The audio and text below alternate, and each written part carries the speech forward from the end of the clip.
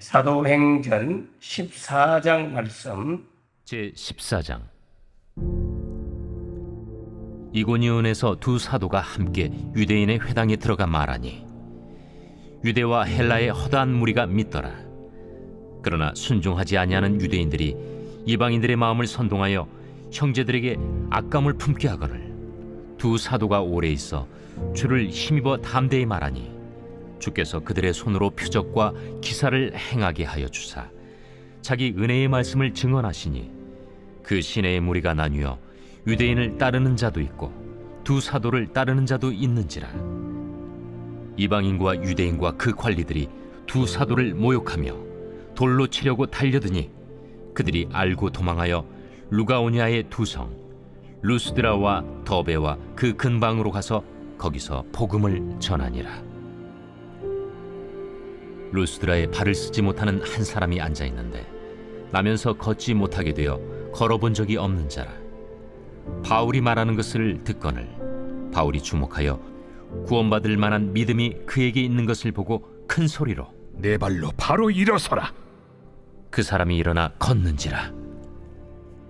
무리가 바울이 한 일을 보고 루가오니아 방언으로 소리질러 이르되 신들이 사람의 형상으로 우리 가운데 내려오셨다.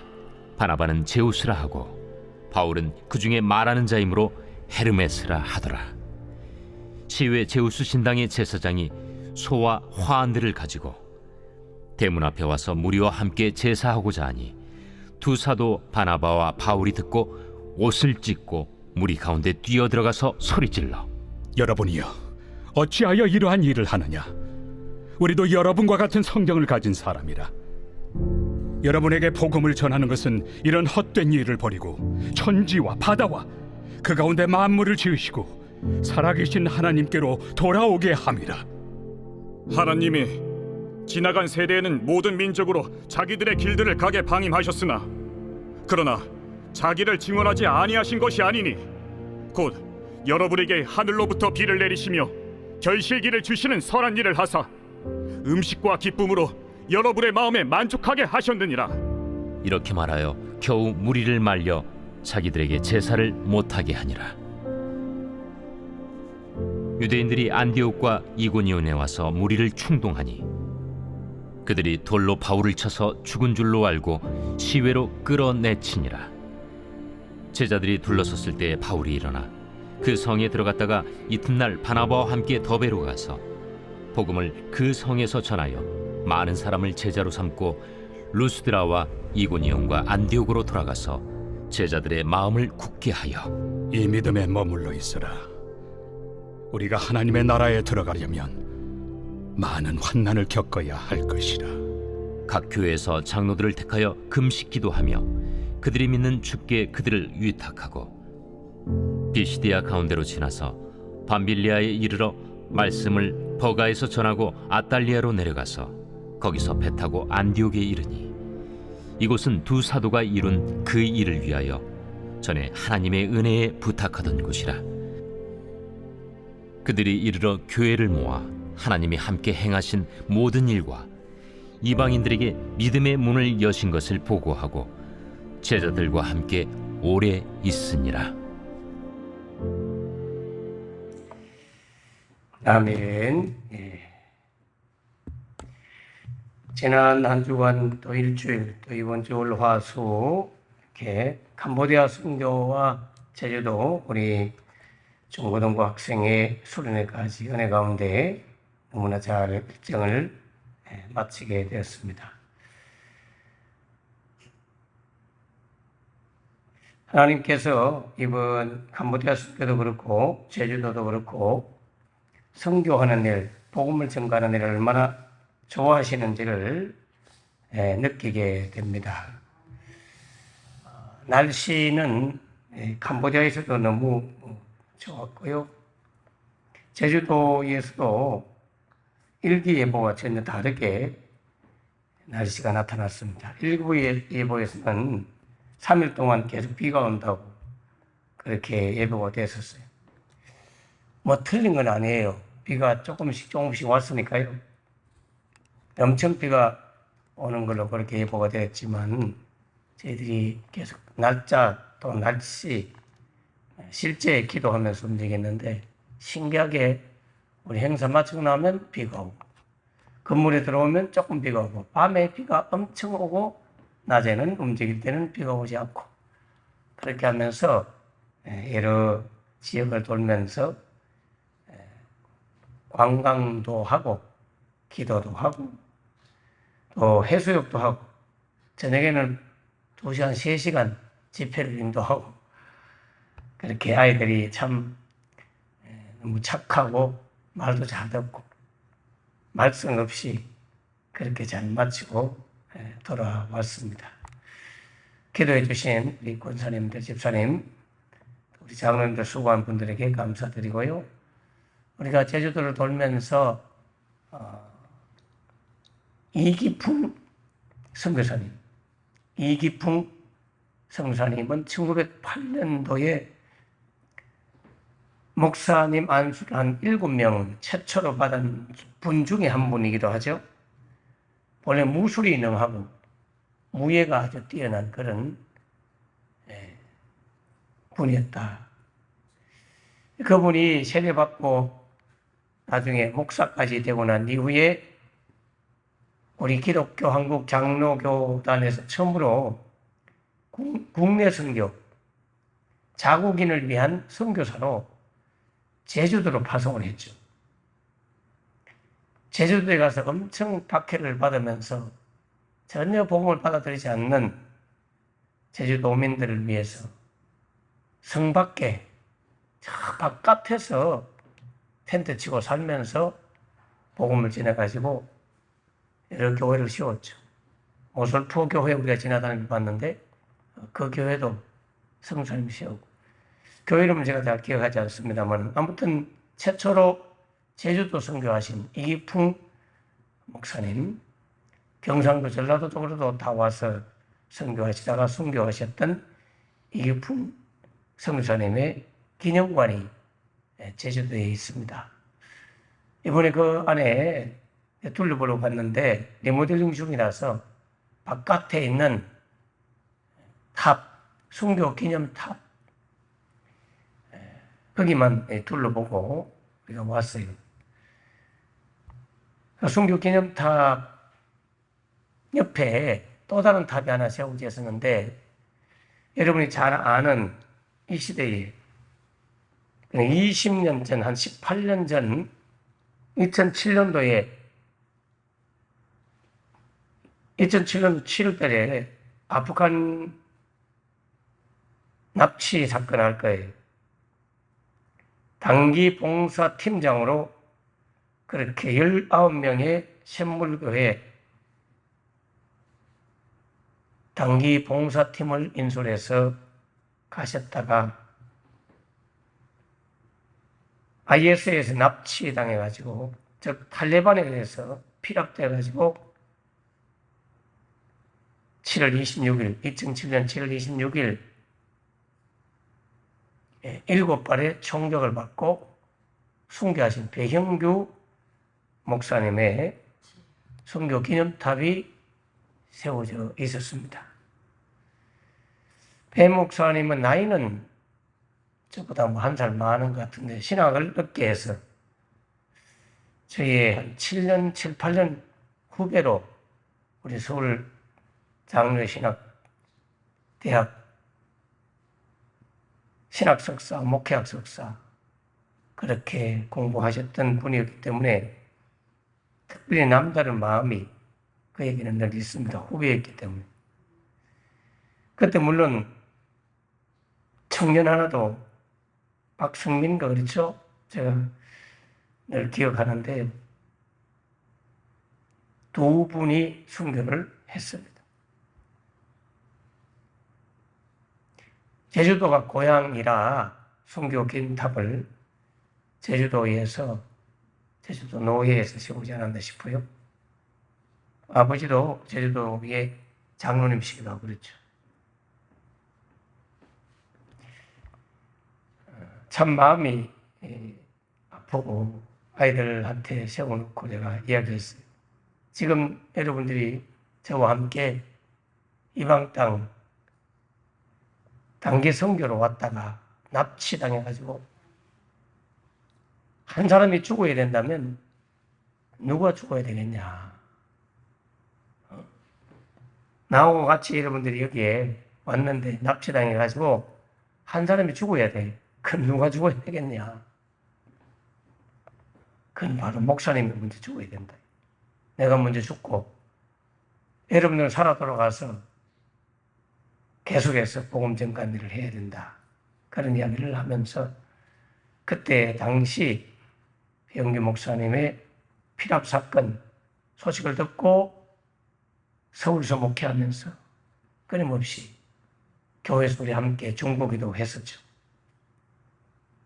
제가 그때도 분명히 서울에 있는 성도들에게 말씀을 한 것은 이 중에 분명히 순교자가 나온다면 나는 배영규 목사가 먼저 죽으면 좋겠다. 다 살면 좋은데 믿음 약한 혹시나 평신도 또 믿지 않는 가정의 자녀들이 갔다가 어려움을 당하면 시험 당하면 어떡하냐. 그러니까 장로님의 아들이요 목사가 죽으면 시험 들 건 없잖아요.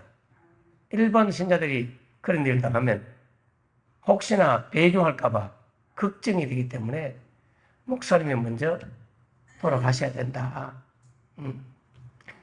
그리고 그 당시에 엄청나게 인터넷에서 기독교를 보고 비난하고 그런 위험한 곳에 왜 선교사를 보냈냐고 또 왜 가느냐고 그렇게 비난을 많이 했거든요.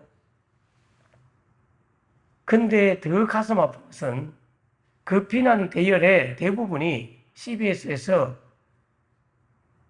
인터넷 댓글 올린 그 IP 추적을 해봤을 때 대부분이 신천지, 이단들 이런 데서 엄청 댓글을 올리면서 정통 교단, 교회를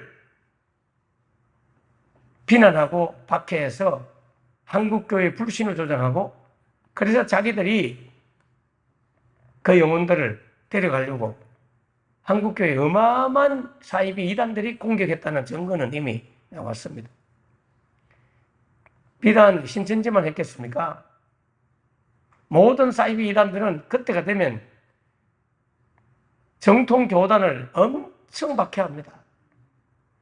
핍박하고 욕하고 비난하고 교회의 권위와 신뢰를 무너뜨리기 위해서 엄청나게 작업을 하거든요. 거기에 넘어가면 안 되는 거예요. 근데 그거는 당연한 건데, 뭐 당연한 거라고 볼 수 있는데, 문제는 교회 안에서도 비난했다는 거죠.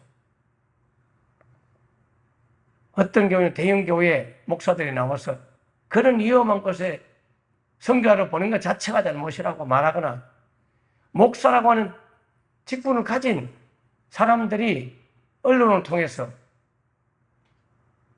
그런 식으로 선교하는 것은 옳지 않다.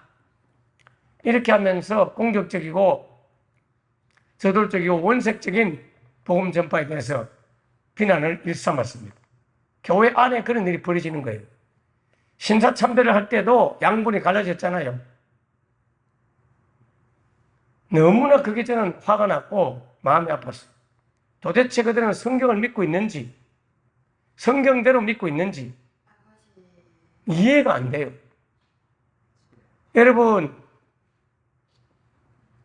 우리나라 사람들이 외국 가서 순교당한 분 있습니다. 중국에서 또 독침마다 돌아가신 분도 계시고, 우리가 그런 성도사님의 가정 사모님 모시고서 간증도 듣고 했잖아요. 체르케에서도 순교당한 분이 있고,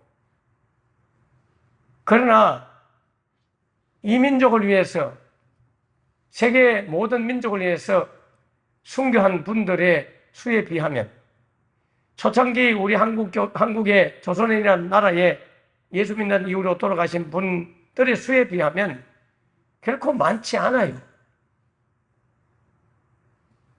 그리고 이 민족이 예수를 믿게 된, 그렇게 비난하는 그 양반이 예수 믿게 된 그 출발이 조선이라고는 이 나라에 와서 순교한 선교사들의 피에 의해서 교회가 세워지고 복음이 들어왔고 자신도 믿게 된 것 아니에요?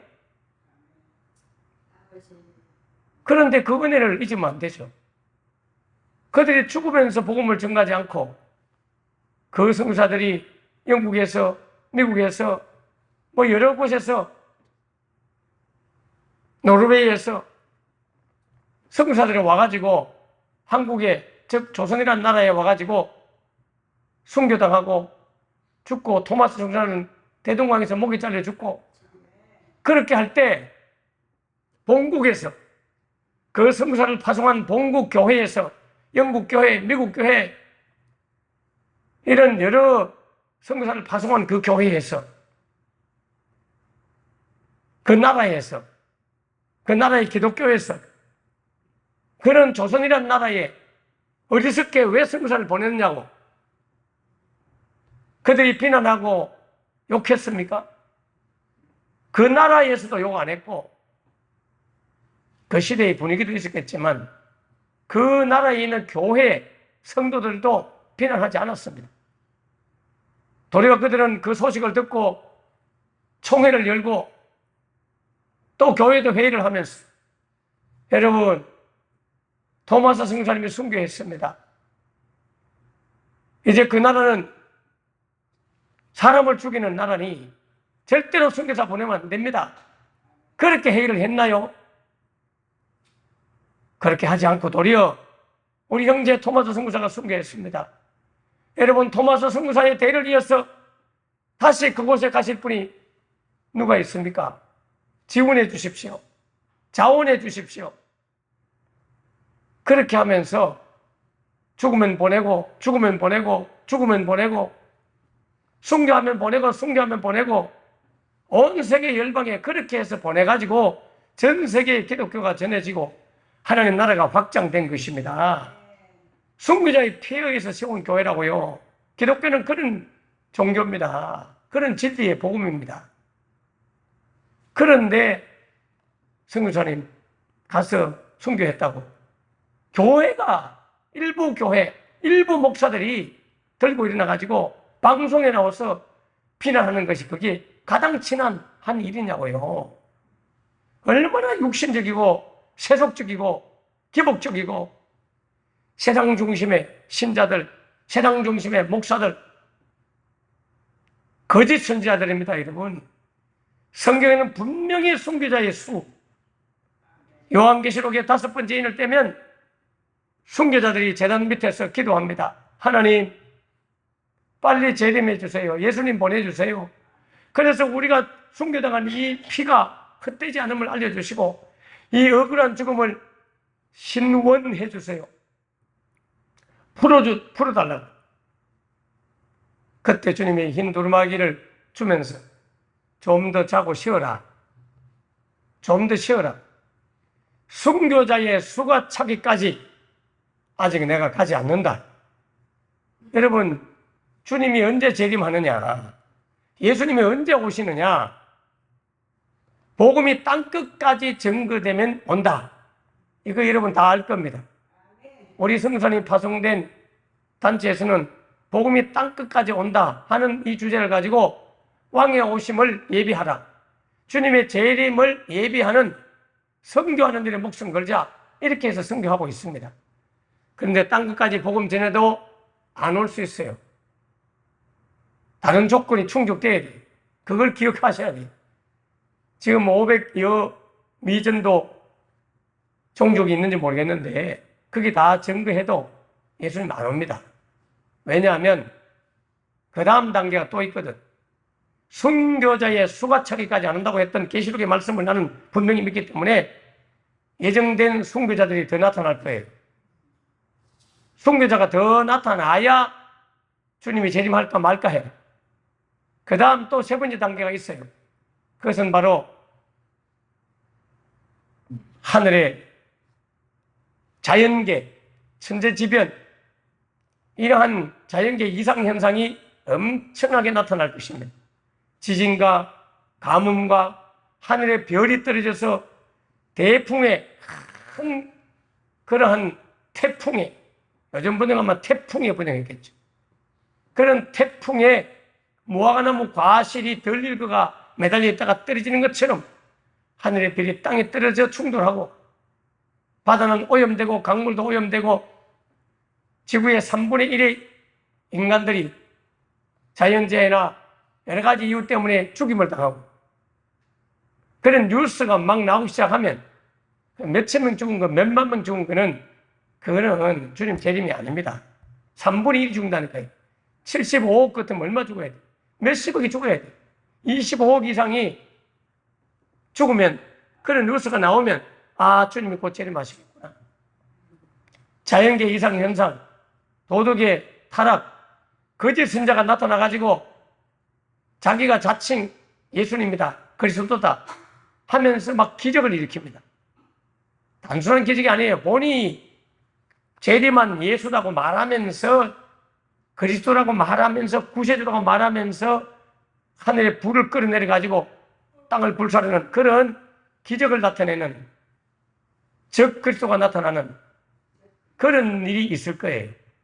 그래야 주님이 재림해요. 그렇기 때문에 아직은 주님이 당장 재림하지는 않습니다. 오늘도 절대로 오지 않습니다. 이거는 절대로 붙일 수 있어요. 우리가 주님이 언제 오실지는 명확한 날짜와 일시를 모르지만 빛의 자녀들에게는 알려주고 온다고 되어 있어요. 그렇다고 날짜를 알려주는 게 아니라 감지할 수 있도록 빛의 자녀들에게는 도둑같이 오지 않는다는 것을 알아라고 그렇게 성경이 그래 되어 있다는 거예요. 이런 구절도 몰라. 그냥 우리는 무조건 모른다고 막 그렇게 이야기하는데 빛의 자녀들은 빛 가운데 있는 자녀들에게는 도둑같이 오지 않는다고 정확하게 되어 있기 때문에 우리들에게는 어느 정도 감지가 가능하다. 주님의 재림의 때가 되었구나 이걸 느낄 수 정도로 그걸 알려주는 것이 요한계시록이거든. 계시록을 쓴 이유는 내가 올 때 이런 일이 일어날 거야. 이걸 보고 내가 온다는 걸 알아야 된다. 너희들이 날씨를 구분할 줄 알면서 왜 이게 영적인 어떤 이런 부분에 둔감하냐? 그렇게 말하면서 도둑이 올 때 주님이 도둑같이 올지라도 비단에 있는 자들은 도둑같이 오지 않는 줄을 너희가 알아라고 그렇게 말씀하고 있습니다. 그러므로 정확한 날짜는 몰라도 반대로 안 오실 거는 대충 알아요. 아, 안 오시겠구나. 오늘 밤에 안 오시겠구나. 오늘 안 오시겠구나. 이거는 그냥 안다니까. 성경을 계시록까지 계속 공부하다 보면 아, 오늘 주님이 안 오시겠구나. 요거는 알아. 오늘 주님이 오시겠구나. 요거는 모르는데 주님이 안 오시겠구나. 요걸 알고 지금 오실 때쯤 되었구나. 이 정도까지는 우리는 알 수가 있다는 게 성경이 가르칩니다. 자, 이와 같이 기독교는 복음을 전파되는 곳곳마다 엄청난 박해와 환란이 있었다는 걸 기억하셔야 돼요. 앞으로도 이런 환란과 박해가 더 많이 일어나야 정상이고 순교자가 더 많이 일어나야 정상이고 그 순교자의 수에 나는 들어갈 수 있으면 좋겠어요. 어차피 천국 어차피 갈 건데 비리비리 하다가 죽을까 봐 내가 걱정이라. 그래가 막 사용 안 해가지고 녹이 썰어가지고 그렇게 돌아가서 죽으면 어떡하나. 써먹다가 살아 빠지도록 해서 그렇게 죽어야 되는데 우리 교회 차도 지금 비리비리 걷는데 저게 비리비리 걷는 이유가 써가지고 비리비리 걷거든요. 그래서 쟤는 순교자와 같아. 순교 물건이야. 왜냐하면 제가 거의 잘 안 타지. 교회에서도 거의 안 타지. 우리 선교사님들이 거의 타고 다녔거든요. 선교사님이 키로수는 거의 절반 이상은 선교사님도 올렸거든. 그 선교사님 위해서 열심히 쓰임을 받고 지금 계속 수리하면서 지금 타고 있거든요. 차를 꼭 바꿔야 되나 고민 중에 있긴 있어요. 제가 차를 안 타니까 이걸 오로지 선교사님들 위해서만 바꿔야 되나 말아야 되나 고민이 좀 되긴 된데 그래도 차는 또 필요하니까 고민하고 있습니다만은 저렇게 달아먹도록 쓰임을 받아야 되는데 제가 안 탄다고 저 차를 맨날 세워놓으면 하나님이 기뻐하지 않습니다. 기꺼이 달아먹도록 몽땅 필처럼 달아먹도록까지 여러분 복음 전가하고 기도하고 봉사하고 헌신하고 그렇게 살다가 하나님의 부름을 받아야 하늘에 큰 상이 있는 줄 믿습니다. 사도 바울은 돌에 맞아가지고 처음에는 막 돌에 얻어 맞을 것 같아가지고 돌로 치료 안 할까 이고니온, 루스드라, 더베 막 이런 지역에 막 돌아다니며 복음을 전하는데 한 곳에 가서는 돌에 얻어맞아 가가지고 사람들이 죽었다 야, 아이고 죽었구나, 갖다 버리라 하고 동구밖에 갖다 버리는데 깨어났어요. 그래가지고도 또 막 복음을 증거하러 막 다니다가 다시 그 지역으로 와서 자기를 돌로 친 그 지역에 와가지고 신자들에게 믿음을 굳게 해주는 그런 장면을 봅니다. 다시는 쳐다보고 싶지 않은 그곳, 우리 생각에는 그럴 것 같은데 아닙니다.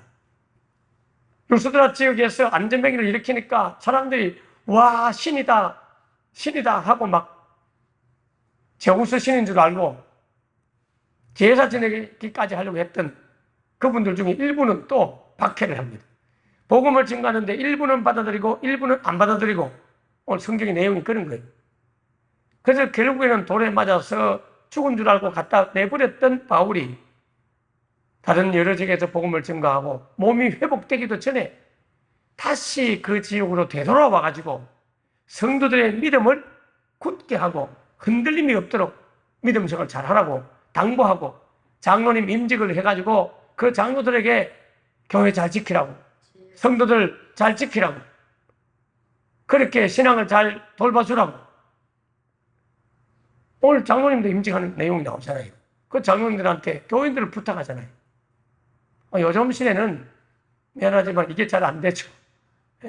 장로들이 도리어 도망가고 시험 두고 삐져가 교회 안 나오고 이런 항존직들이 헤매는 이 시대에 우리가 감정 때문에 교회도 안 나오고 여기저기 떠돌아다니고 자기에게 맡겨준 양이 분명히 목자이기도 했듯이 항존직들은 평신도 양을 돌볼 책임으로 주님 앞에 서운하고 세움을 받았지만 이 시대는 너무나 신앙이 연약하기 때문에 조그만 환난과 핍박과 어려움에도 못 견디고 그래서 헤매는 사람들이 너무나 많아서 우리의 믿음이 과연 진짜인지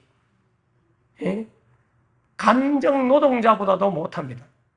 감정 노동자 상담원들 이런 분들 너무너무 요거도 묻고 애꿎은 요거도 묻고 그래도 끝까지 그 자리를 지키면서 직장을 유지하잖아요. 우리 신앙인들이 얼마나 연약해졌는지 오늘 바울이 복음을 증거하는 이 환난의 장소에서 계속해서 되돌아와서까지 복음을 전하는 모습을 보면서 복음은 박해와 환난, 핍박 가운데 전파되었고 그런 핍박 가운데 유지가 됐고 그런 복음을 받아들인 성도들도 어떤 환난과 어려움이 있어도 끝까지 예수님도 버리지 않을 뿐 아니라 자신들에게 맡겨진 사명도 감당하는 여러분 되기를 주 이름으로 축원합니다. 기도하겠습니다. 살아계신 주님, 사도 바울이 고백하기를 형제들아 우리가 아시아에서 당한 환난에 너희가 모르기를 원하지 아니한다. 우리가 힘에 겹도록 심한 고난을 당하여서 살 소망까지 끊어지고 우리는 우리 자신이 사형 선고를 받은 줄 알았으나 이는 우리로 자기를 의지하지 말고 오직 죽은 자를 다시 살리시는 하나님만을 의지하게 하려 하십니다 라고 말씀하고 있습니다. 하나님, 우리에게 이런 어려움이 있고 복음을 위한 환난도 있을 뿐 아니라 복음을 받아들이고 믿음 생활하는 가운데 닥치는 여러 가지 시련과 어려움, 때로는 시련과 환난보다 더 약한 시험보다도 더 약한 유혹과 미혹 앞에서도 끝까지 믿음을 지키고 하나님만을 의뢰하고 의지하는 성도들 되게 하여 주시옵소서. 시시한 신자 되지 않도록 도와주시고 강한 용사 같은 군대가 되어서 죽음을 두려워하지 않는 믿음을 가지고 영원한 생명을 잃지 아니하는 참된 믿음의 소유자들이 되도록 하나님 도와주시옵소서.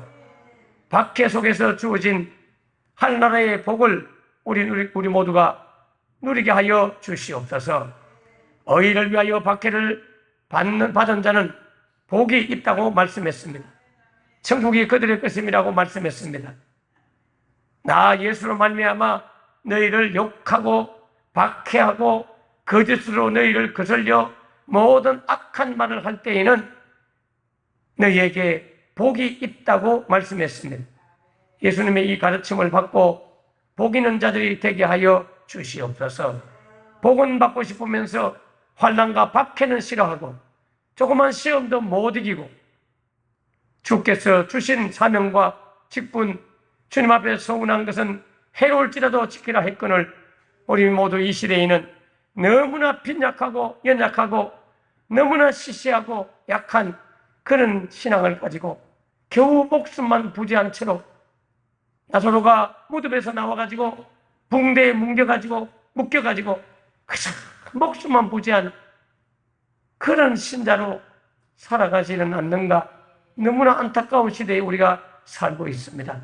환난과 핍박당해도 끝까지 믿음 지켰던 순교자의 믿음을 본받게 하여 주시옵소서. 끝까지 맡은 바 사명 완수하는 우리 모두 되게 하여 주시옵소서. 세계 열방에서 선교하는 모든 선교사들에게 이런 순교자의 영성을 주시옵소서. 때로는 암이라든지 여러 가지 사형 선고를 받은 질병 앞에서 투병하며 살아가고 있는 성도들이 있다면 그들이 두려워하지 말고 영생과 부활을 믿고 당당하게 죽음만으로 걸어 들어갈 수 있는 순교자의 믿음을 허락하여 주시옵소서. 주여 감사드리옵고 예수님 이름으로 간절히 기도하옵나이다. 아멘. 아멘. 감사합니다. 계속 교회를 지켜주시고 기도해 주셔서 감사합니다. 몸은 피곤하지만 마음은 행복하고 우리 아이들 신앙생활 잘하는 거 보고 너무 대견스럽고 고맙습니다. 아침에 나오신 분들을 위해서 제가 작은 선물을 나눠드리도록 하겠습니다. 가져가다가는 오해가 벌어지는 것 같아서 제가 직접 나눠드리도록 하겠습니다.